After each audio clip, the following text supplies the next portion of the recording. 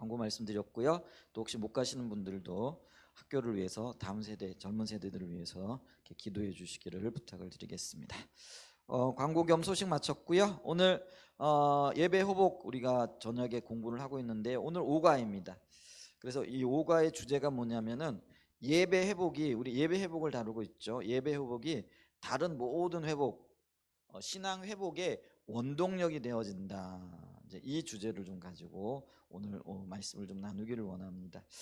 그래서 우리가 예배 회복에 긴급한 어떤 필요성들 그리고 하나님은 예배 회복을 어떻게 보고 계신가 했을 때 특별히 구약 성전을 통한 회복을 말씀하고 그것이 예배 회복과 어떻게 관련이 있는가 이 부분을 살펴봤고요.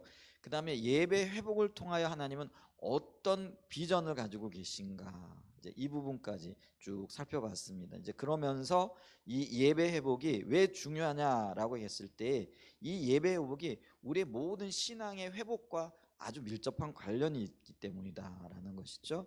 그래서 그 오늘 이 교재에서는요 예배 회복이 중요한 또 하나의 이유 그 원인이 왜 예배가 회복되어야 하느냐 절실한 어떤 필요성들을 외치고 또 그렇게 나가느냐 했을 때 이것이 다른 모든 회복의 원동력이라고 이렇게 얘기를 하죠. 뭐 이런 말이 적합할지 모르겠지만은 뿌리 역할을 할 수도 있다라는 거죠. 그게 왜 그러냐면은 예배의 어떤 그 목적을 보면은 이 말이 이해가 되어진다라는 거죠. 예배의 목적이 뭡니까? 예배 가운데 우리가 하나님을 만나는 거잖아요. 그러니까 우리의 신앙이 하나님을 만나지 않고는 어떤 면에서는 출발할 수가 없는 거죠. 또 자라날 수도 없는 거죠. 당연히 열매 맺을 수도 없는 거잖아요. 그러니까 하나님을 만나는 것에서부터 모든 것들이 출발할 수밖에 없다라는 거죠. 자, 그랬을 때 만남이 목적하는 바가 뭐냐면은요. 그게 이제 예배 회복의 어떤 그 목적이 또 다른 목적이기도 한데 그게 뭐냐면은요. 하나님과의 친밀한 교제라라는 거죠. 이걸 이제 우리는 요즘은 이제 인격적인 교제라라고 얘기를 하는데 이거를 이제 또 다른 말로는 하나님과의 친밀함 혹은 하나님과의 친밀한 교제다 이렇게 얘기를 합니다. 그래서 이 하나님과의 친밀함은요 우리 신앙의 모든 요소들을 위해서 가장 필수적인 부분 중에 하나다라고 이렇게 말씀을 하고 있잖아요. 우리가 그 성경에 보면은 아가서가 있죠. 이 아가서를 얘기할 때 많은 분들이 이 아가서가 왜 성경에 들어가 있는지 잘 모르겠다 이렇게 말씀하시는 분들도 있어요. 왜냐하면은 이 아가서의 내용이 어떤 면에서 보면 남녀의 사랑을 모티브로 하고 있잖아요. 근데 이건 남녀의 사랑이 아니고 하나님과 성도 간의 사랑을 이야기하고 있는 거죠. 근데 이제 표면적으로 보게 되어지면은 남녀의 사랑을 이야기하고 있기 때문에 성경에 뭐 이런 이야기들이 이런 내용들이 들어가 있느냐라고 말할지 모르지만은 그러나 하나님이 목적하시는 바는 남녀의 사랑이 아니라 하나님과 하나님의 백성들 간의 사랑의 관계를 얘기를 하는데요. 모든 것들을 내어놓으신 하나님 그리고 그 모든 것들 앞에 자신을 드리는 신부의 아름다운 모습을 이렇게 얘기하고 그곳에서 가장 친밀한 그런 어떤 그 교제 가운데 이게 영적인 친밀함을 우리에게 가르쳐주고 있고요. 그 친밀함 가운데로 나가야 할 것을 우리에게 제시해주고 있다라는 것이죠. 이제 그랬을 때 어떤 면에서는요 이 아가서가요 성경 중에서 가장 깊은 책 중에 하나다. 가장 깊은 영적인 어떤 의미들을 포함하고 있는 내용을 포함하고 있는 곳 중에 하나다라고 이렇게 얘기할 수가 있죠. 자, 그랬을 때 이 아가서의 주제가 아까 말씀드렸듯이 영적인 친밀함이다. 그래서 이 친밀함이 어떤 면에서는 우리의 신앙의 가장 핵심적인 요소가 되어지면서 또 출발점이 되어질 수도 있다라는 것들을 기억해야 합니다. 이제 그랬을 때 예배가 바로 하나님과의 친밀함, 인격적인 교제, 뭐라고 말할 수 없는 그런 많은 풍성함들을 우리에게 제공해 준다라는 거죠. 그래서 예배가 회복되어짐으로 이러한 길로 나갈 수 있다라는 것이죠. 자, 그러면서 먼저 교회의 네 가지 기능을 지금 이야기를 하고 있죠. 그래서 이제 이 교회의 네 가지 기능을 얘기할 때 우리가 십자가를 그려보면은 이제 쉽게 얘기되어집니다. 책을 가지고 계신 분들은 보면 되겠고요. 책이 없으신 분들은 머릿속으로 아마 십자가를 좀 한번 그려보시기 바랍니다. 그러면 이제 십자가가 그려지고요. 위를 향하여서는요. 예배가 하나님 앞에 드려지고 아래로는요. 그 성도의 신앙 교육 또 양육 뭐 이런 것들이 우리가 행해져야 되죠. 그 다음에 옆으로는요, 양옆으로는요, 성도 간의 서로의 교제, 또 다른 한편으로는요, 뭐냐면은요, 그 하나님을 그 전파하는 것, 그래서 잃어버린 영혼들을 주님께로 전도하는 것, 이거를요 우리가 교회의 네 가지 기능이다 이렇게 이야기를 하기도 합니다. 그래서 그 요게 이제 하나를 더해 가지고 어떤 분들은 교회 그 어떤 5간 5대 기능을 얘기할 때 봉사를 넣기도 합니다.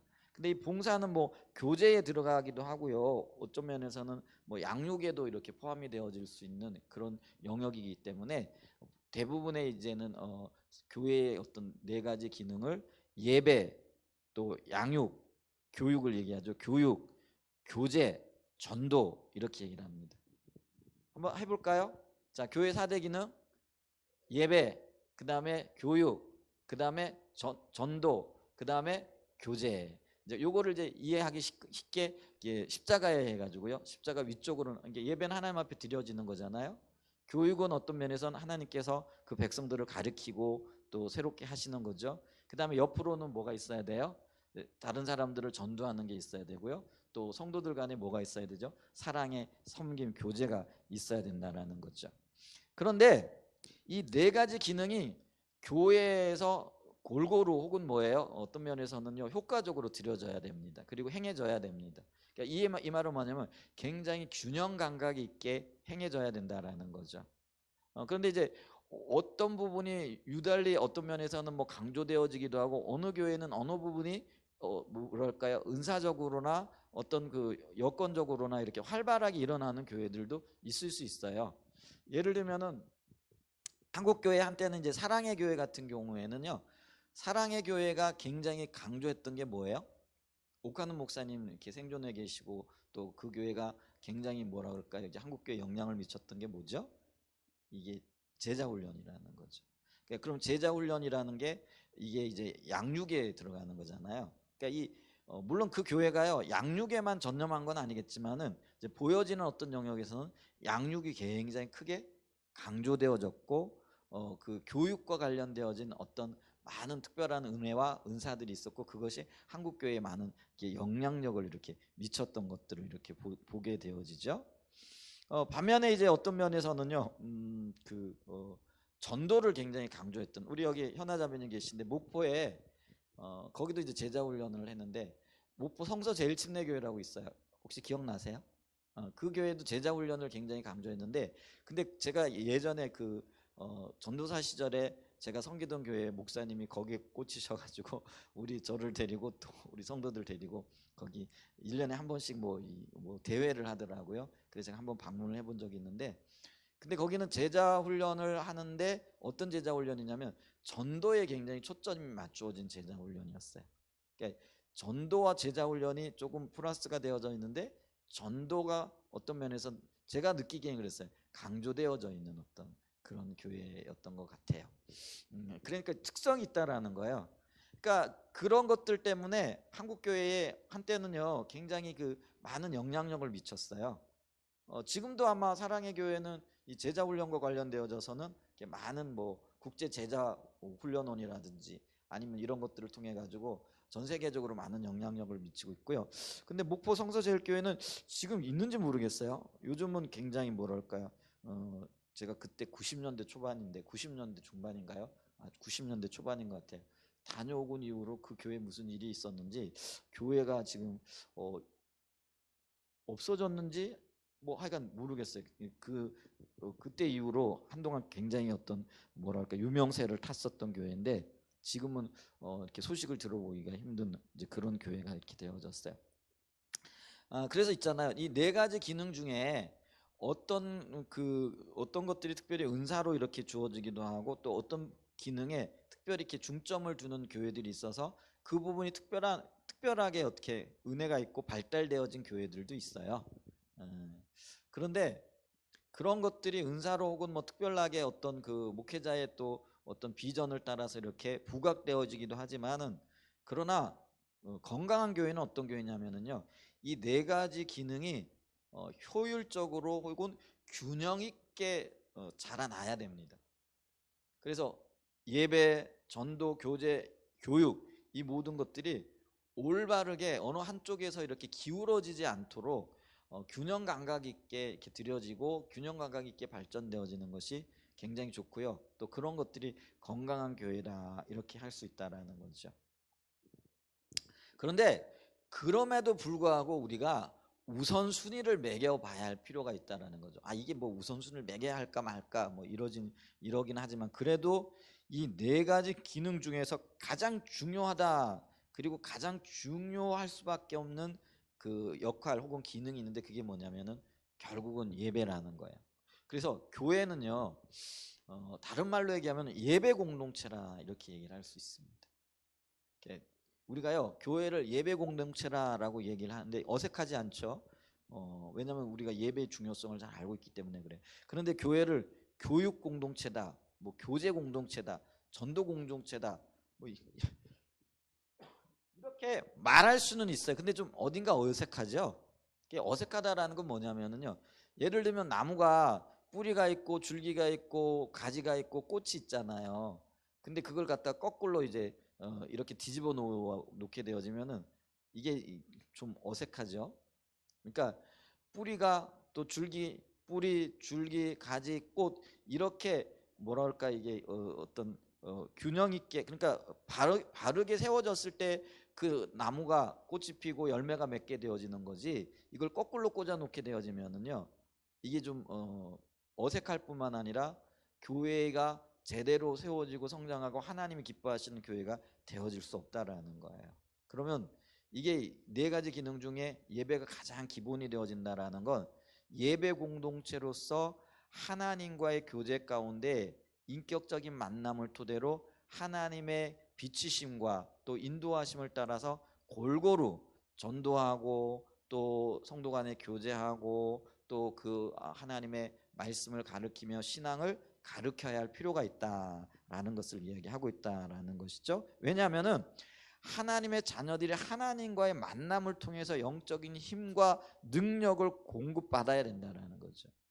그러니까 하나님이 공급하시는 힘과 능력 없이 전도할 수 있어요. 교제할 수 있어요. 교육할 수 있어요. 근데 그게 한계가 있을 수밖에 없다라는 거예요. 그래서 우리가요 아까 제가 어느 교회를 말씀드렸는데 꼭 이 교회가 이렇다 이게 오해 없으시 들으시기 바랍니다.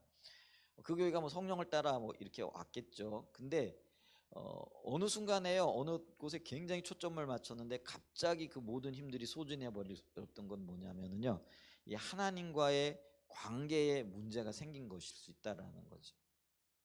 우리가 그걸 좀 간과해서는 안 되죠. 그러니까 인간적인 노력과 어떤 면에서는 그 비전을 받았어요. 그럼 그 비전이 하나님과의 관계 속에서 계속 자라나고 소망이 되어지고 행해져야 되는데 비전은 받았는데 하나님과의 관계가 끊어져 버렸어요. 근데 비전은 있기 때문에 열심히 어떤 그 일들을 해 나가요. 그런데 하나님과의 관계가 끊어지니까 하나님으로부터 공급되어지는 힘과 능력을 못 받는 거예요. 그러면 인간적인 힘과 인간적인 노력을 가지고 부지런히 일하는데 그게 언제까지 가겠느냐라는 거예요. 우리가요 이제 탈진이라는 이야기를 많이 쓰죠. 이게 심리학적인 용어예요. 근데 교회에서 탈진이라는 용어가 용납이 되어져서는 안 됩니다. 근데 우리는 실질적으로 수없이 탈진을 하고 있어요. 근데 그 탈진을 하는 원인이 뭐냐면은요. 거기에 하나님과의 인격적인 교제 또 하나님이 공급하시는 힘과 능력이 고갈되어져 버린 거예요. 그 얘기는요. 하나님과의 만남이 소홀히 여겨졌거나 소홀히 여겨졌을 뿐만 아니라 하나님을 찾지도 구하지도 하나님께 나가지도 않았기 때문에요. 하나님의 그 공급하시는 힘과 능력이 없어져 버린 거예요. 여러분 하나님이 공급하시는 힘과 능력으로 그곳에 기초하게 되어지면은요 탈진할래 할 수가 없는 거죠. 근데 현실적으로 보게 되어지면 어떻습니까? 수많은 그리스도인들이 탈진해요. 수많은 사역자들이 일을 하다가 무너져 내려요. 그 이유가 뭐냐면은요. 이 하나님과의 가장 기본적인 관계가 소홀히 되어졌거나 아니면은요. 그 중요성을 간과했을 때 이 일이 나타나는 거예요. 여러분 있잖아요. 그 서정주 시인이 한 송이 국화꽃을 피우기 위해 봄부터 소쩍새는 그렇게 울었나 보다 이렇게 얘기를 하잖아요. 국화꽃이 언제 펴요? 가을 한 계절 피죠. 그런데 그 한 계절 국화꽃이 피어지기 위해서 봄부터요 꽃을 피우기 위한 수많은 시간들을 가지는 거예요. 근데 그 신앙적으로 보게 되어질 때요, 이 행동은요 어떤 면에서는 국화꽃이 피어나는 것과 같아요. 근데 이 국화꽃이 피어나기 전에 그 뭐예요? 준비하는 과정이 뭐냐면 하나님과의 교제예요. 그래서 여러분 보세요. 어떤 한 행동을 1시간 하기 위해서요, 하나님과의 교제는요 4배, 5배, 10배, 어떤 때는 100배가 있어야 된다는 거예요. 1시간의 어떤 행위, 열매, 우리가 흔히 얘기하는 사역이라고 얘기를 하는데요. 근데 그거 잘못되어졌어요. 여러분, 우리가 나타나는 것이 사역이 아니고요. 사실은요, 그리스도인의 사역의 가장 기본적인 게 뭐냐면은 보이지 않는 영역을 행해져야 되는 거예요. 근데 이 보이지 않는 영역은 하나님과의 그 친밀한 교제의 영역이고, 예배를 통하여 하나님을 만나고 하나님으로부터 공급받는 영역이거든요. 그러니까 예배하니까 우리는 이렇게 공적으로 예배 드리는 것만 얘기 안 해요. 하나님과의 관계를 추구하는 우리의 모든 행위들을 얘기를 하는 거예요. 왜냐하면 예배가 만남이니까.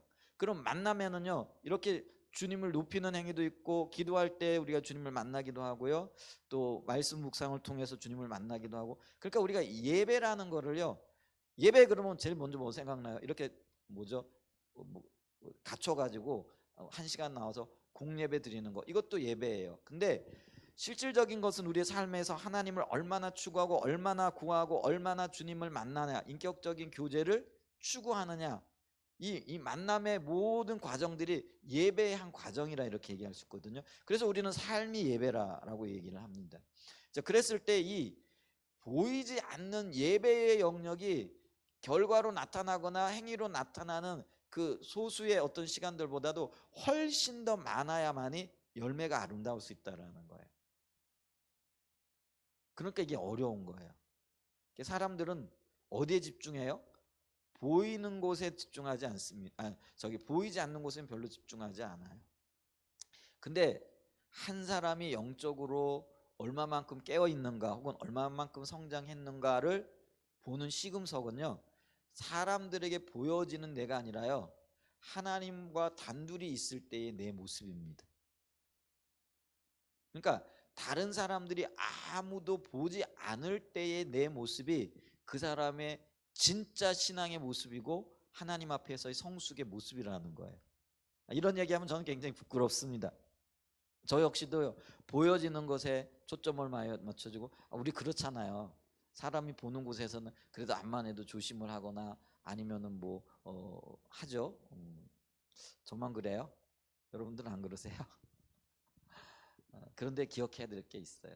그게 뭐냐면요, 주님은요 사람들 앞에 서 있고 사람들 앞에 보여지는 내 모습이 아니고요, 아무도 보지 않을 때 하나님 앞에 단독자로 1대1로 하나님 앞에 서 있을 때의 내 삶, 내 모습, 내 생각, 내 행동, 이거를 보고 계신다라는 거죠. 자, 그랬을 때 보이지 않는 삶의 영역에서 내가 예배자로 서 있는가, 주님을 추구하고 주님을 찾고 주님을 만나고 주님과 인격적으로 교제하고 주님 보실 때에 제가 나를 찾고 있구나, 이렇게 인정할 수 있는 삶의 모습이냐라는 것이죠. 그랬을 때 이 예배가 주님 앞에 제대로 드려질 때 보여지는 거 얘기하는 거 아니에요? 내 삶의 영역에서 제대로 드려지게 되어질 때 나는 그곳에서 하나님을 만나고, 하나님을 만나면 모든 것들이 해결되어지는 거예요. 왜? 주님이 나의 힘이요, 주님이 나의 산성이요, 주님이 나의 구원이시요, 주님이 나의 요새가 되시는 거죠. 아까 찬양과 경배할 때 있잖아요. 여러분, 그렇게 되어지면은요, 이 주님으로부터 공급되어지는 그 힘과 능력으로 이 보여지는 거는요, 그게 사람에게 보여지는 거는요, 그거는요 사실 별거 아닌 거예요. 여러분, 그것 때문에 목에 힘들어가지 않기를 축복합니다. 그것 때문에요, 뭐라 그럴까요? 이게 교만하지 않기를 축복합니다. 여러분, 그거를 우리가 기억해야 돼요. 그거요 잠시 화려하고요, 인간의 노력이라든지 아니면 어떤 재능 때문에요. 이게 화려해 보일 수도 있어요. 근데 그 화려함들은요, 주님과의 만남을 통한 주님이 주시는 힘과 능력이 지속적으로 공급되어지지 않게 되어지면 금방 시들어 버리는 거예요. 그래서 탈진이 나타나는 거예요. 이 과정 없이, 숨겨진 과정 없이, 보여지지 않는 것 없이 드러나는 것만 줄기차게 행하는 거죠. 줄기차게 그걸 추구하는 거죠. 줄기차게 그걸 보여주려고 애를 쓰는 거죠. 그런데 그걸 유지할 만한 힘과 능력이 내 안에는 없어요. 그러니까 금방 지치는 거예요. 금방 나가 떨어지는 거예요. 그래서 뭐 다는 아니겠죠. 근데 우리 그거 기억해야 됩니다. 왜 내가 그렇게 쉽게 지치는가?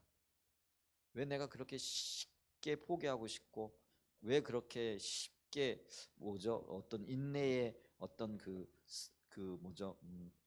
열매들을 거두지 못하고 있는가? 이런 것들을 볼 때 바로 이 예배의 영역에서 주님을 찾고 만나고 그 주님 안에서 기뻐하고 즐거워하고 주님이 주시는 참 기쁨, 누가 알아주지 않아도 보게 되어지는 그 기쁨들이 과연 있는가? 여러분, 그게 있으면은요 쉽게 지치지 않아요. 그렇지 않으세요? 그걸 우리가 성령 충만하다. 성령 충만함이 결국은 주님과의 만남의 열매잖아요. 만남으로 인해서 여러분 성령 충만하게 되어지면 어떤 어려움과 어떤 고통과 어떤 역경이 있어도요 지치지 않아요. 육신적으로는 좀 피곤할 수도 있겠죠. 근데 금방 또 일어나요. 그런 역사들이 있을 줄 믿습니다. 아멘. 자, 그래서요 이 교회에 네 가지 기능이 있는데 이 네 기능이 조화를 이루어야 돼요. 교회가 이게 다 건강하게 잘 그럴까요? 훈련되어져야 되고 이런 것들이 잘 행해져야 돼요.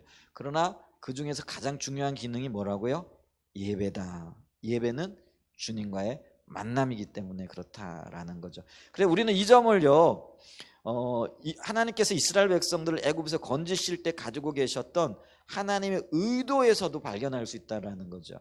그러니까 그걸 가장 잘 볼 수 있는 곳이 어디냐면요 출애굽기 19장 3절로부터 6절입니다. 자, 출애굽기 19장 3절로부터 6절입니다. 자, 같이 한번 읽어볼까요? 출애굽기 19장 3절로 6절. 화면에 띄워지기도 하는데요. 여러분 성경 공부할 때는 좀 찾아보시는 게 좋지 않을까 싶어요. 그래 줄도 쳐놓으시고요 성경에. 그러면은 참 좋지 않을까 싶어요. 궁금한 게 있는데 다영이 학교 안 갔어? 일찍 왔어? 어제 왔어? 왜? 시험이야? 시험이라? 네. 벌써 중간고사구나?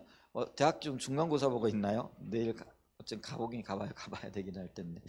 자, 출애굽기 19장 3절로 6절 말씀입니다. 자, 같이 읽어봅니다. 시작. 모세가 하나님 앞에 올라가니 여호와께서 산에서 그를 불러 말씀하시되 너는 이같이 야곱의 집에 말하고 이스라엘 자손들에게 말하라. 내가 애굽 사람에게 어떻게 하였음과 내가 어떻게 독수리 날개로 너희를 업어 내게로 인도하였음을 너희가 보았느니라. 세계가 다 내게 속하였나니 너희가 내 말을 잘 듣고 내 언약을 지키면 너희는 모든 민족 중에서 내 소유가 되겠고 너희가 내게 대하여 제사장 나라가 되며 거룩한 백성이 되리라. 너는 이 말을 이스라엘 자손에게 전할지니라. 띄워주세요. 6절에 보게 되어지면은 하나님께서 이스라엘 백성들을 띄워주세요. 어떻게 하시겠다고요? 제사장 나라가 되게 하고 거룩한 백성이 되게 하시겠대요. 자, 이게 이스라엘 백성들이 감당해야 될 사역적인 측면이죠. 그래서 하나님께서 이 백성들을 부르셔서 거룩한 나라, 제사장 나라, 거룩한 백성, 또 어떤 소유된 어떤 하나님의 그 백성으로서의 삶을 살아가기를 원하시고, 그리고 이 백성들이 살아야 할 어떤 사역적인 측면이라는 거죠. 그러니까 이게 아까 얘기했듯이 이게 바깥으로 드러나는 어떤 모양입니다. 그래서 열방이 이스라엘 백성들을 보면서 하나님을 만나는데 이스라엘 백성들이 어떤 모습을 보는 거예요? 보고요. 제사장으로 역할, 또 거룩한 백성으로서의 모습, 또 소유된 어떤 삶의 어떤 그런 부요한 풍성함들을 보고, 이제 그게 있잖아요. 우리 그리스도인들의 어떤 면에서 사역이잖아요. 그러니까 우리의 삶을 통해서 세상 사람들에게 나를 나타내고 하나님을 나타내고 그들이 하나님께로 돌아오게 되어지는 역할들을 하게 되어지는 거잖아요. 그런데 이 사역을 이게 이스라엘 백성들의 사역적인 측면인데, 근데 하나님께서는요 이 사역을 말하기 전에 뭐부터 먼저 얘기를 하느냐면요 3절에 보게 되어지면요 3절로 돌아가요. 비춰주세요. 3절이 아니고 4절 보죠. 4절. 자, 4절 보면은요 내가 애굽 사람에게 어떻게 행하였음과 내가 어떻게 독수리 날개로 너희를 업어 내게로 인도하였음을 너희가 보았느니라. 그러면서 여기 하나님의 의도 그리고 하나님의 속마음이 드러나요. 이게 지금 하나님께서 이스라엘 백성들을 애굽에서 건져내신 것을 이야기를 하잖아요. 그러면서 출애굽기 19장 보면 이스라엘 백성들과 언약을 맺으시면서 그 백성들에게 말씀하시는 말씀인데, 가장 먼저 뭘 얘기하고 있느냐 하면요 내가 애굽 사람에게 어떻게 행하였음과 내가 어떻게 독수리 날개로 너희를 업어 어디로 인도하였다고요? 내게로 인도하였음을 너희가 보았느니라. 이렇게 얘기를 한다는 거죠. 여러분 여기 굉장히 중요한 의미가 있는데 뭐냐면, 하나님은 그 백성들을 가나안 땅에 들여보내가지고 가나안 땅에서 소유된 백성이요 거룩한 나라, 뭐 또 제사장 나라, 거룩한 백성 이렇게 삼기를 원하신다라고 했는데요, 그거는 나타나는 열매고 결과예요. 근데 이걸 가능케 하는 게 뭐라는 거예요? 하나님께로 인도함으로 그 백성들이 하나님을 먼저 만나는 거예요. 이게 여기 보게 되어지면은 내가 독수리 날개로 너희를 업어 내게로 인도하였다. 이 말은 뭐냐면은 하나님이요 독수리의 날개로 업어 내게로 인도하였다. 그런데 하나님이 뭐 모양이 있고 또 형상이 있어가지고 그 백성들을 뭐 기다려주고 뭐 이거 아니잖아요. 그럼 이게 말하는 바가 뭐냐면은요 하나님과의 친밀한 영적인 교제를 얘기한다는 거예요. 이건 다른 말로 얘기하면은요 이 백성들을 먼저 하나님을 높이는 예배의 백성으로 삼기를 원하셨다라는 거죠. 그래서 있잖아요 하나님께서 출애굽하셔서 모세가 시내산에 올라가 가지고 여러 율법을 받는데, 그 율법을 받는 곳에서 핵심적인 내용이 뭐냐면은요 하나님께서 그 백성들에게 뭘 세우라는 거예요? 출애굽기 보게 되어지면은요 출애굽기 19장부터요 40장까지 이야기가 성막에 관한 이야기예요. 여러분 출애굽기가 몇 장까지죠? 제가 말씀드렸죠. 40장까지잖아요. 근데 이제 여기서 19장부터 얘기해가지고 율법을 수여하시면서 그 율법을 담고 그 율법대로 살아가기 위한 어떤 힘과 능력을 공급받을 수 있도록 하기 위하여 그 백성들에게 뭘 만들라고 얘기하신 거예요? 성막을 만들어라, 성막을 지어라, 이렇게 얘기를 하는 거예요. 근데 그 성막을 만들고 성막을 짓는 목적이 뭐예요? 주님을 만나는 백성들, 그러니까 예배하는 공동체로 세우길 원했다라는 거예요. 그래서 여러분 보세요, 예배 공동체를 세우겠다라는 그 말이 내가 독수리 날개로 너희를 업어 내게로 인도하였다, 너희로 하여금 나를 만나고 내가 너희를 만나는 그런 목적을 가지고 너희를 불러냈다. 그리고 그 목적을 토대로 해가지고 진짜 하나님의 마음이죠. 그렇게 하게 되어질 때 어떤 열매들이 맺혀진다라는 거예요.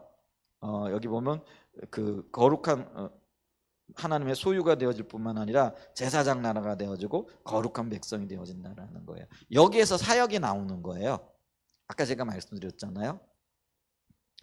그러니까 이 말씀이요 어떻게 보면은요 출애굽기의 어떤 키포인트가 되어지는 말씀이라고 이렇게 얘기할 수 있다는 거죠. 하나님이 원하셨던 진정한 목적이 뭔가, 그 백성과의 친밀한 교제예요. 그러니까 예배 공동체로 세우길 원하셨다라는 거죠. 그래서 예배 공동체로 세우시기 위하여 중점을 두었던 하나님의 일. 그래서 1년 동안요 그 백성들이 광야에 머물면서 그 성막을 짓기 시작을 해요. 그래서 출애굽기 40장에 보면은요 그 첫째가 아니라 둘째의 첫째 달에 성막을 봉헌해요. 그러면은 그 1년 동안을요 하나님께서 모세에게 말씀하시고 그 백성들에게 자원하게 하셔요. 출애굽기를 자세히 읽어보게 되어지면은요 성막을 지을 때 하나님께서 그 하나님의 뭐 집이라고 할 수 있겠죠. 성막을 짓기 위하여 그 백성들에게 자원 예물을 가져오게 해요.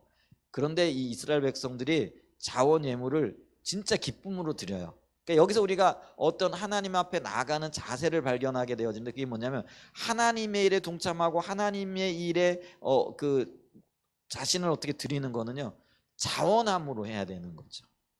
근데 얼마나 많이 가져왔든지 나중에 오홀리압과 부살렐이요, 일을 하다 말고 너무 많이 가져오니까 우리가 일하는데 방해가 됩니다. 그래서 모세님, 이제는 더 이상 가져오지 말라고 말씀해 주세요. 이렇게 얘기를 해가지고요, 더 이상 가져오지 말라라고 이야기할 정도로 그 백성들이 기쁨으로, 즐거움으로 자기가 가지고 있던 금과 은과 온갖 폐물들, 이런 것들을 드렸던 것을 보게 되어지죠.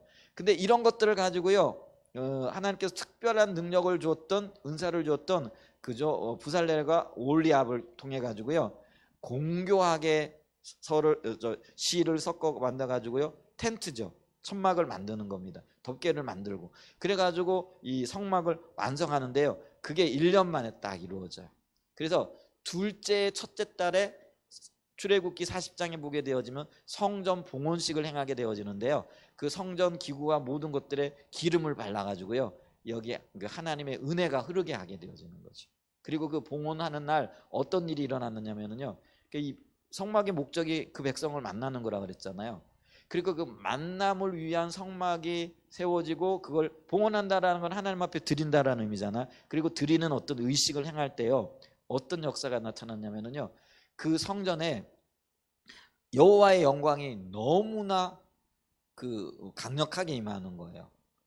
그게 이제 구름으로 나타나잖아요. 그러니까 성경에 보면 이 구름이라든지 또 불기둥이라든지 이런 거는 하나님의 현현 혹은 하나님의 나타나심을 보여주는 어떤 상징적인 것들로 이렇게 표현되어지잖아요. 근데 출애굽기 40장을 읽어보면은요, 그 성전에요, 여호와의 그 구름이 너무나 진하게 이렇게 나타났기 때문에 모세가 그곳에 감히 들어가지를 못했다, 이렇게 얘기를 해요. 성경을 좀 한번 읽어보시기 바랍니다. 여러분 있잖아요, 구름, 안개, 이게 자욱하게 끼면은요, 진짜 눈앞이 안 보이는 거 아세요? 저는요, 고등학교 다닐 때, 고3 때 그 김포공항을 지나가지고 학교를 통학을 하던 때가 있었어요. 잠깐 한 2, 3개월인데요. 근데 가을 10월, 11월쯤 되어지면은요, 거기 김포공항이 한강 하구잖아요. 그러니까 한강 그 하류에 있잖아요. 그러니까 이제 강 폭이나 이런 것들이 굉장히 넓어요. 근데 제가 학교가 강서구에 이렇게 있었거든요. 그러면은요, 버스를 타는데요, 그때 제가 그분들이 도대체 어떻게 운전을 했는지 모를 거예요. 지금 보면 기적 같은 일이에요. 안개가 새벽에, 그때 왜 고3 때는 좀 일찍 학교를 가잖아요. 6시 반 뭐 이렇게 가면은 그 시간에 안개가 이렇게 쭉 하게 피어올랐는데요, 집에 문을 이제 나서잖아요. 그럼 거짓말 안 하고 20cm 앞이 안 보일 정도. 손을 이렇게 하잖아요. 손바닥이 안 보일 정도예요. 그러니까 안개의 밀도가 그만큼 높은 거예요. 그러니까 못 나가는 거죠. 그러니까 우리가 왜 옛날에 김포공항, 지금은 이제 인천공항으로 공항이 옮겼기 때문에 그런 뉴스들이 잘 없는데, 우리 김포의 공항이 지금도 있긴 있어요. 있을 때는요, 안개 때문에 비행기가 뭐죠? 착륙이 뭐라 그러죠? 연기됐다든지 이런 얘기 우리 뉴스나 이런 데서 종종 들었죠. 기억나세요? 저는 그때 그거를 기억을 해요. 그래서 이 성막에 하나님의 영광이 얼마나 강력하게 임했든지 모세가요, 한 발을 들여놓을 수 없는 거예요. 왜? 깜깜해서 아무것도 안 보이니까. 제가 지금 뭘 얘기하느냐면요, 하나님이 그 백성을 만나기 위한 그 목적을 위해 지어진 그 성막이 봉헌되어지는 것이 그렇게 기뻤던 거예요. 여러분이 성막이 상징적 그 만남의 장소라는 그런 의미가 있잖아요. 성막, 미팅 플레이스. 그래서 이게 영어로 보게 되어지면은요, 그 성막을 그렇게 불러요. 만남의 장소예요. 우리는 이제 뭐 거룩한 장막으로 이렇게 번역을 하지만 원래 이제 원어적으로나 영어에서도 그걸 만남의 장소라는 거예요. 어떤 만남의 장소요? 하나님이 그 백성을 만나주는 장소라는 거예요. 자, 그랬을 때요, 저는요, 이 하나님의 영광의 임재가, 하나님의 표현이 좀 그래요. 우리 하나님도 그래도 감정이 있으시잖아요. 왜 우리가 하나님의 형상으로 지원받았기 때문에 우리에게 감정이 있듯이 우리에게 감정이 있는 거 보니까 하나님께도 감정이 있는 거예요. 근데 그 하나님이 흥분해 버리신 거예요. 표현이 좀 왜? 너무나 기대가 되니까. 너무나 즐거우니까. 야, 내 백성을 내가 이곳에서 만날 수 있다. 이게 하나님의 관점에서 보면 그런 거야. 그게 너무나 기쁘시니까요. 하나님의 영광의 임재가 그 성막 안에 그 가득 차는 거죠. 근데 그 영광이 얼마나 놀라웠던지 모세가 감히 그곳에 발을 들여놓지 못했다. 이렇게 이야기할 정도입니다. 자, 그걸 보게 되어지면요, 우리는 하나님의 속마음, 하나님은 그 백성, 예배하는 백성들, 하나님을 찾고 구하며 하나님을 만나기 위하여 달려오는 그 백성들을 그렇게 원하시는 거죠. 여러분, 성경에 보면 사울과 다윗이 뚜렷하게 대조를 이루잖아요. 사울은 처음에는 하나님 앞에 인정을 받는 왕이었잖아요. 근데 나중에는 버림을 받잖아요. 다윗을 만나니 내 마음에 합한 자라. 그래서 하나님이 내가 너의 집을 영원토록 이끌겠다, 보호하겠다. 그리고 다윗 언약이라고 일컬어지는 언약을 주실 정도잖아요. 그런데 이 다윗과 사울의 가장 큰 차이가 뭔지 아세요? 성경에 보면은요, 다윗은 거의 늘 예배하는 자리에 있었어요. 근데 사울은요, 예배했다라는 얘기가 별로 없어요. 그런 얘기는 있어요. 다윗을 죽이러 갔다가 그 선지자들이 있는 무리 가운데 갔다가 그곳에 임한 은혜를 입고 뭐 은사를 받아가지고 뭐 선지자의 무리 가운데 있었고 벌거벗은 몸으로 뭐 예언하기도 했다. 이건 은사적인 측면이거든요. 그리고 그가 예배하러 간 게 아니에요. 다윗을 잡아 죽이려고 가다가 어떻게 그런 일이 있은 거죠. 근데 사울도 겸손할 때는요, 자기 그 암나귀를 잃어버렸다 찾아갔다가 못 찾으니까 하나님의 사람에게 물읍시다. 그러니까 뭐 가진 예물이 있느냐, 내가 없어서 못 주겠 없다 그러면서 그 종이 그러잖아요. 사환이 내가 이런 예물이 있습니다. 나가십시다. 그거는 이제 예배의 행위일 수 있겠죠. 근데 그가 택함 받기 전에는요, 예배하는 자였어요. 예배하는 마음이 있었어요. 근데 그가 택함을 받았어요. 근데요, 그가 왕이 되고 어느 정도 시점이 되어지면서 그에게서 찾아볼 수 없는 삶의 모습이 있었는데, 이게 뭐냐면은 하나님을 찾았더라, 하나님을 구했더라, 하나님 앞에 기도했더라, 하나님 앞에 예배했더라, 이런 말이 없어요. 그러니까 그가 점점 이상해지는 거죠. 근데 반면에 보세요, 다윗을 보세요. 다윗은요, 심지어는 그가 범죄했을 그때에도요, 예배의 자리로 나갑니다. 그리고 최선을 다하여 주님을 찾으니까요, 자기의 잘못이 보여지고요. 그리고 잘못이 보여질 때요, 그리고 그 잘못을 누군가가 지적할 때요, 이게 돌이킬 수 있는 거, 이거 쉬운 일이 아닙니다. 여러분 있잖아요, 내가 마음이 교만하면은요, 내가 누구로부터 지적을 받자면은요, 화를 낼까요? 그래, 맞네, 이렇게 얘기할까요? 대부분 화를 내요. 왜요? 교만한 자리에 있기 때문에 그래요. 근데 다윗이요, 나단 선지자가 자기의 죄악을 지적할 때요, 왕으로서요, 나단 선지자 네가 도대체 뭘 한다고 핍박할 수 있을까요, 없을까요? 안 그랬어요. 실제로 그런 왕들이 있어요. 선지자가 하나님의 말씀을 가지고 왔는데요, 그 선지자를 죽이는 사람들도 있어요. 유다 왕들 중에 그런 사람들도 있었죠.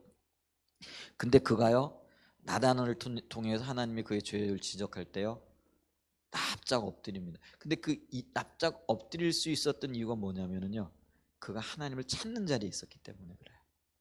예배하는 자리에 있었기 때문에 그렇다라는 것이죠. 여러분, 그걸 기억해야 됩니다. 하나님은요, 저와 여러분들을 예배하는 자, 그러니까 하나님을 찾고 구하고 하나님을 만나는데 삶의 모든 초점이 맞추어지는 자가 되어지기를 원한다라는 거예요. 여러분, 이렇게 주님을 만나게 되어질 때 주님의 약속이 진정 약속되어지는 거예요. 그러니까 진정 약속되어진다라는 건 그 약속이 유지되어질 뿐만 아니라 성취되어지고 난 다음에도요, 그것이 계속 흘러갈 수 있는 거예요. 그래서 있잖아요, 여러분, 성취하는 것보다 지키는 게 더 힘들다 그러잖아요. 근데 그게요, 주님을 찾고 안 찾고의 그런 관계라는 거죠. 사울은요, 처음에는 겸손한 자였어요. 그래 왕이 되어졌어요. 근데 계속 주님을 찾지 않았어요. 근데 그 왕위를 지킬 수 없었어요.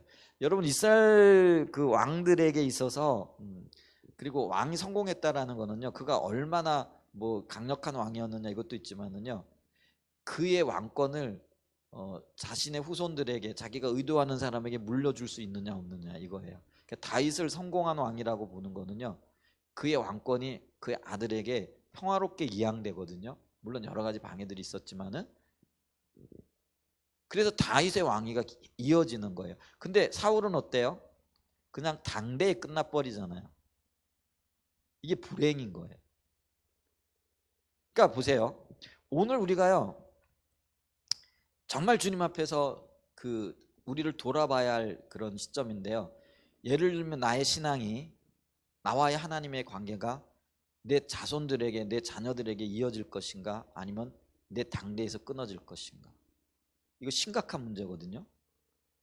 여러분, 우리가 하나님의 생명이고 하나님이 영원한 복이고 하나님이 모든 것이라고 고백하는데, 이 영원한 복 되신 하나님이 내 당대에서 끊어진다? 얼마나 불행한 일이에요.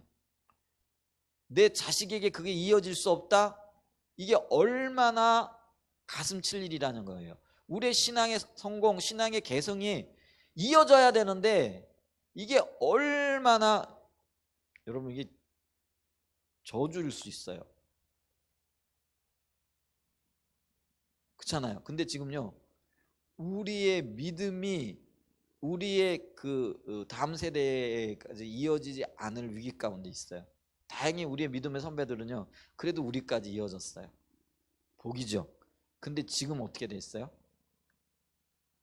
이 신앙의 복이요, 네 대에서 끊어지게 생겼어요. 다음 세대들이, 지금요 우리 대학에 가보면은요, 우리 70년대 80년대요 대학이 훨씬 앞서 있었죠. 그래 뭐 기독교 인구가 20% 25%, 그럼 대학은요 30% 40%가 신앙에 관심을 가지고 대학 캠퍼스 때마다 가면은요, 우리 학교 다닐 때, 물론 저는 신학교이긴 하지만은요, 잔디밭에 앉아가지고 기타 치면서 찬양하고 큐티 모임하고 이러는 것들이요 수시로 있었어요. 지금도 물론 있겠지만, 근데 요즘 신학교에 그것도 찾아보기 힘들어요. 우리 신학생들이요, 제가 신학대학원 갈 때 200명 모집했어요. 근데 200명 모집했는데 경쟁률이 뭐 4대1 뭐 5대1 이랬어요. 근데 지금요 신학생들이요 40명인가 그렇대요, 모집하는 인원이. 근데 그 인원이요 미달이 나는 거예요.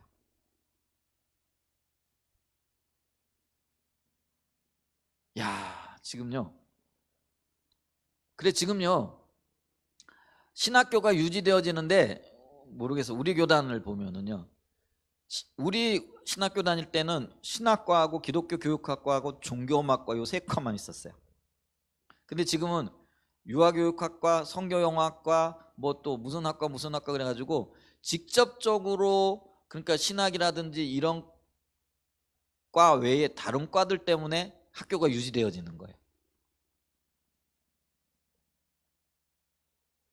지금 불과 제가 졸업한 지, 제가 92년도에 제가 졸업을 하고 그랬으니까요, 한 30년 돼 가나요 이제? 30년 됐네요. 30년 만에 이런 변화들이 생겨난 거죠.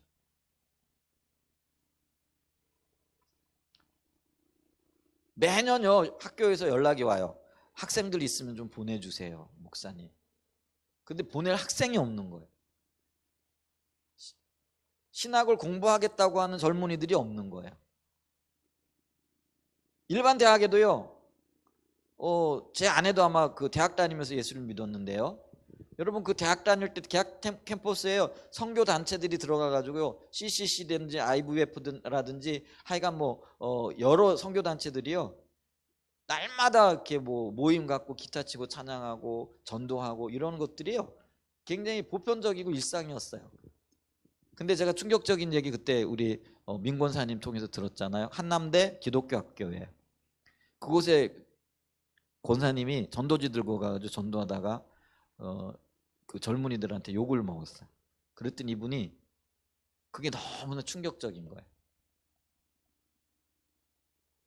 우리가 소위 얘기하는 기독교 대학이에요.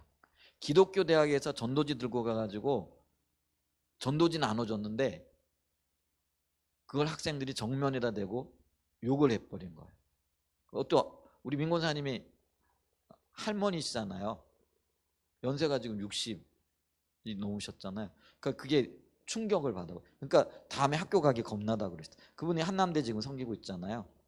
근데 뭐라 그럴까요? 이게 학교 가기가 겁난다 그러시더라고요. 지금 우리가 이런 시기, 이런 시대를 살아가고 있습니다. 근데 이런 위기가 어떻게 극복되어질까요? 전도 더 열심히 하면 극복되어질까요? 물론 그것도 한 방법이긴 해요. 근데 가장 근본적인 건 뭐라는 거예요? 우리가 하나님 찾는 자리로 돌아와야 돼요. 그래서 있잖아요. 호세아서에도 보게 되어지면은요, 여호와께로 돌아가자, 이게 해답이에요. 여러분, 이 여호와께로 돌아가자란 이 말이 어떤 말일까요? 주님이 의도하셨던 자리, 독수리의 날개로 업어 내게로 인도하고자 원하셨던 하나님의 그 의도, 그게 하나님과의 가장 기본적인 관계에서 먼저 세워지길 원하고, 먼저 회복되어지길 원하고, 먼저 친밀하기를 원하셨던 아버지의 그 마음이라는 거예요. 아멘. 여러분, 그래서 우리는요, 이 시간 한국교회가 지금 어떤 위기들을 극복하기 위해 가지고 어떤 방법을 추구하고, 또 어떤 새로운 어떤 연구들을 통하고 젊은이들을 돌이키기 위한 어떤 것들을, 수단들을 찾아내야 돼요. 그런데 그 전에 뭐가 있어야 된다고요? 여호와께로 돌아와야 되는 거예요. 근데 여호와께로 돌아온다라는 게 바로 하나님과의 기본적인 예배 관계, 그러니까 친밀한 교제의 관계, 더 할 수 없는 그런 관계 가운데로 돌이켜야 된다는 거예요. 그거를 호세아서에서는요, 여호와께로 돌아가자, 여호와께로 돌아가자 이렇게 얘기를 하는 거예요. 지금 우리가요, 여호와께로 돌아가야 돼요. 근데 여호와께로 돌아간다라는 게 뭐예요? 하나님 그분, 친밀한 교제, 하나님이 의도하셨던 그 자리로 돌아가야 되는 거예요. 자, 그럴 때 어떻게 되어지느냐면요, 이 약속의 말씀이 의미가 있을 뿐만 아니라 이 약속이 지속 가능해지는 거예요. 이 뿌리가 튼튼하지 않는데 열매가 날 수도 없고 났다고 해도요, 튼실하지 않잖아요. 금방 떨어져 버려요. 그래서 있잖아요, 낙과라는 게 있죠. 여러 가지 어떤 이유들로 인해 가지고, 낙과가 뭐예요? 온전한 과실, 그러니까 가을에 결실을 해야 되는데 맺어졌다가요, 중간중간에 다 떨어져 버리는 거죠. 그럼 그거요, 여러분 가수원이나 이렇게 지나가다가 태풍이나 아니면은 또 이렇게 철 이렇게 떨어진 사과라 배 이런 거 보셨어요? 그거요, 악취만 풍겨요. 그리고 굉장히 보기 흉해요. 그런 결과들이 나오고 있다라는 것이죠. 자, 그래서 보세요. 하나님은 애굽과 광야에서 그 놀라운 역사들을 통해 이스라엘 백성을 애굽에서 건져내셔서 하나님께로 인도하셨는데요, 하나님께로 인도하셨다라는 말은 하나님과의 친밀한 교제 가운데로 이끄셨다라는 말이라는 거예요. 그리고 그것이 하나님께서 이스라엘 백성들을 애굽에서 인도내신 가장 주된 목적이었다라는 거예요. 그래서 출애굽기가요, 19장 20장 이후에가 그 성막을 짓는 것, 성막에 들어갈 재료들 어떻게 만들고 어떻게 되고 어떤 방법을 따라 지어야 할 것인가, 이게 주된 내용, 후반부가 다 그렇게 기록이 되어져 있다. 그게 예배 공동체, 주님을 찾고 주님께로 돌아오고 주님을 만나는 자리로 그 백성들을 이끌길 원하셨다라는 것이죠. 자, 그걸 우리가 출애굽기 29장 42절과 46절 말씀을 통해서 좀 더 명확하게 볼 수 있다는 거죠. 지난번에 봤던 거예요. 출애굽기 29장 42절로 46절 말씀. 자, 같이 읽어보겠습니다. 출애굽기 29장 42절로 40 시작. 이는 너희가 대대로 여호와 앞 회막문에서 늘 드릴 번제라. 내가 거기서 너희와 만나고 내게 만나리라. 내가 거기서 이스라엘 자손을 만나리니 내 영광으로 말미암아 회막이 거룩하게 될지라. 내가 그 회막과 제단을 거룩하게 하며 아론과 그의 아들들도 거룩하게 하여 내게 제사장 직분을 행하게 하며 내가 이스라엘 자손 중에 거하여 그들의 하나님이 되리니 그들은 내가 그들의 하나님 여호와로서 그들 중에 거하려고 그들을 애굽 땅에서 인도해 낸 줄을 알리라. 나는 그들의 하나님 여호와. 자, 여기 보면은요, 하나님께서 그들을 어떻게 하신다고요? 회막에서 만난다라고 이렇게 만남이 목적이고요. 그 다음에 46절에 보면은요, 그들은 내가 그들의 하나님 여호와로서 그들 중에 거하고, 만남의 목적이 뭐예요? 거하려고 했다라는 거죠. 그러면서 보세요. 그들을 애굽 땅에서 인도해 낸 줄, 이게 목적이에요. 하나님께서 그 백성들을 애굽에서 건져내신 주된 목적이 뭐라고요? 만나기 위함이라는 거죠. 그거를 그 백성들이 깨달아 알리라. 그러면서 나는 그들의 하나님 여호와니라, 이렇게 말씀을 하고 계시다라는 거죠. 그래서 여기 보세요. 하나님이 우리를 구원하신 목적, 그러니까 출애굽에서 건져내신 것이 영적인 여정을 보게 되어지면 우리를 세상에서 구원하시고 하나님의 자녀로 삼아 주신 거잖아요. 그러니까 구원인 거예요.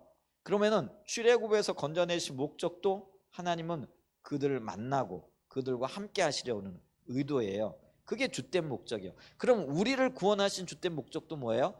우리를 자녀 삼아 주셔서 하나님 우리를 어떻게 하시려고요? 우리와 함께 하시려고 하는 의도라는 거죠. 그래서 우리가요, 이 의도를 깨달아 알게 되어질 때 우리의 초점이 어디에 맞춰질 것인가가 보여진다라는 거예요. 자, 우리의 초점이 어디에 맞춰져야 돼요? 내가 구원받았으니까 이제부터는 주님을 기쁘시게 하기 위해서, 주님 가만히 계세요, 내가 주님을 기쁘시게 하기 위해서 이것도 하고 저것도 하고 요것도 하고 요것도 하겠습니다 하고 열심히 뛰어다니면서 땀을 흘리면서 일하는 걸까요? 그걸 우리가 사역이라 얘기를 해요. 부지런히 주를 위해서 어떤 일들을 하는 걸까요? 그것도 물론 필요해요. 그런데 그 전에 뭐가 되어져야 된다고요? 하나님의 의도를 알아서 그 의도 가운데 하나님과의 친밀한 교제 가운데 있게 되어진다는 것이죠. 아멘. 그래서 요 창세기 29장 42절로 46절 말씀과 출애굽기 출애굽기 19장 3절과 6절 말씀을 이렇게 비교하고 대조해 보게 되어지면은요, 어떤 결론이 나오게 되어지느냐면요, 두 가지 결론이 나와요. 그게 뭐냐면은 하나님이 가장 원하시는 것은요, 하나님과의 친밀한 사랑의 관계다, 친밀한 교제의 관계다. 그 다음에 두 번째는 뭐냐면요, 이렇게 하나님이 친밀한 교제 가운데 우리에게 오시게 되어지면서 우리가 거룩한 제사장, 소유된 백성, 또 하나님의 나라 백성이 되어지는 거예요. 거룩하게 되어지는 거라는 것이죠. 여러분, 이거를 우리가 잘 기억해야 됩니다. 여기 이 부분을 교재에서는 이렇게 설명을 하고 있어요. 이거 제가 읽어보고 오늘 마무리하겠습니다. 자, 출애굽기 19장 3절 6절 말씀과 29장 42절과 46절 말씀을 이렇게 대조해 볼 때 여기서 우리가 얻을 수 있는 교훈이 뭐냐라는 거죠. 자, 이 구절들은 하나님께서 이스라엘 백성들 가운데 거하시려고 그들을 애굽에서 인도내셨다고 말합니다.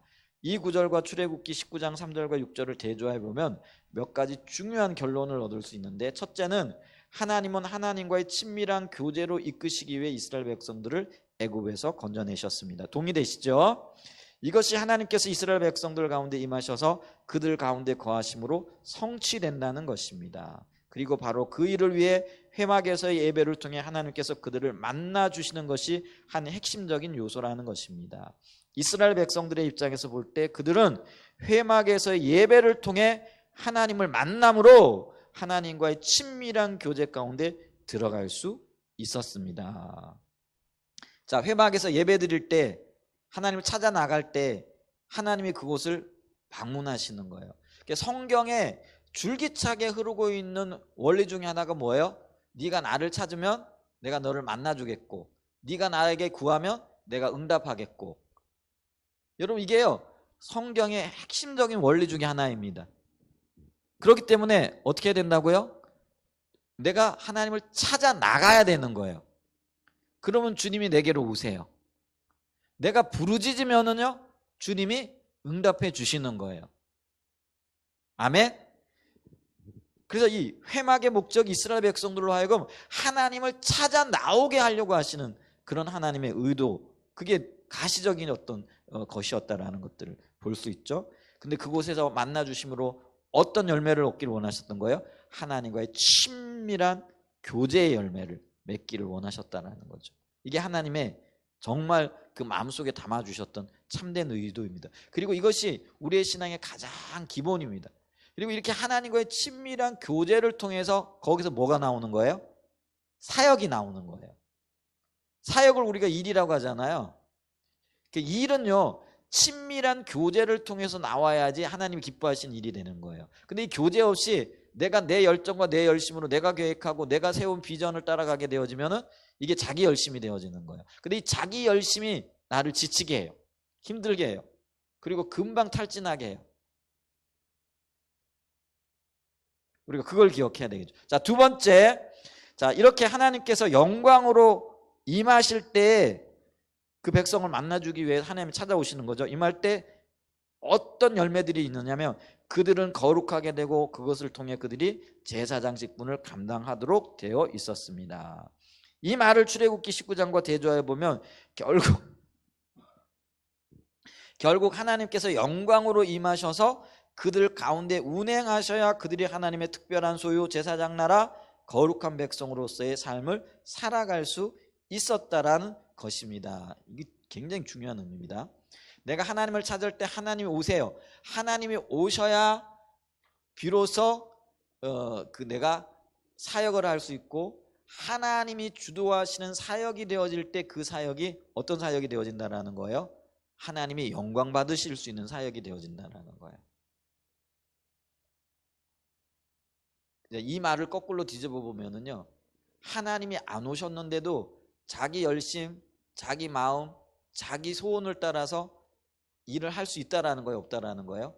할 수 있다라는 거예요. 이게 굉장히 조심스러운 영역이라는 거예요. 근데 이렇게 아무리 인간적인 어떤 노력을 기울여서 우리가 볼 때 대단한 일을 이루었고 대단한 업적을 이루었다고 할지라도요, 그게 하나님의 방문, 하나님의 함께 하심으로 이루어지는 일이 아니면은요, 사람이 볼 때는 대단한 일이지만 하나님이 보실 때는요, 그게 아무 일도 아닌 거예요. 아무 일도 아닌 거예요. 예를 들면은요, 헤롯 성전 있죠. 그 헤롯 성전을 40몇 년에 걸쳐 가지고 헤롯이 그 유대인들의 마음을 기쁘게 하려고 굉장히 화려하게 짓잖아요.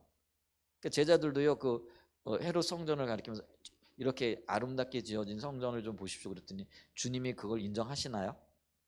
인정 안 하시거든요. 근데 보세요. 하나님의 뜻을 따라 하나님의 인도를 따라 솔로몬이 성전을 지었죠. 물론 다윗이 많은 준비를 하기도 했는데요. 그랬더니 그 솔로몬 성전을 봉헌할 때 하나님이 그 솔로몬 성전에도요 얼마나 영광으로 임하셨던 걸 봐요. 여러분, 근데 그 성전이 솔로몬의 열심으로 지어진 성전 아닙니다. 하나님의 인도를 따라서 하나님의 함께 하심으로 지어진 성전이었어요. 근데 헤롯 성전은 어땠어요?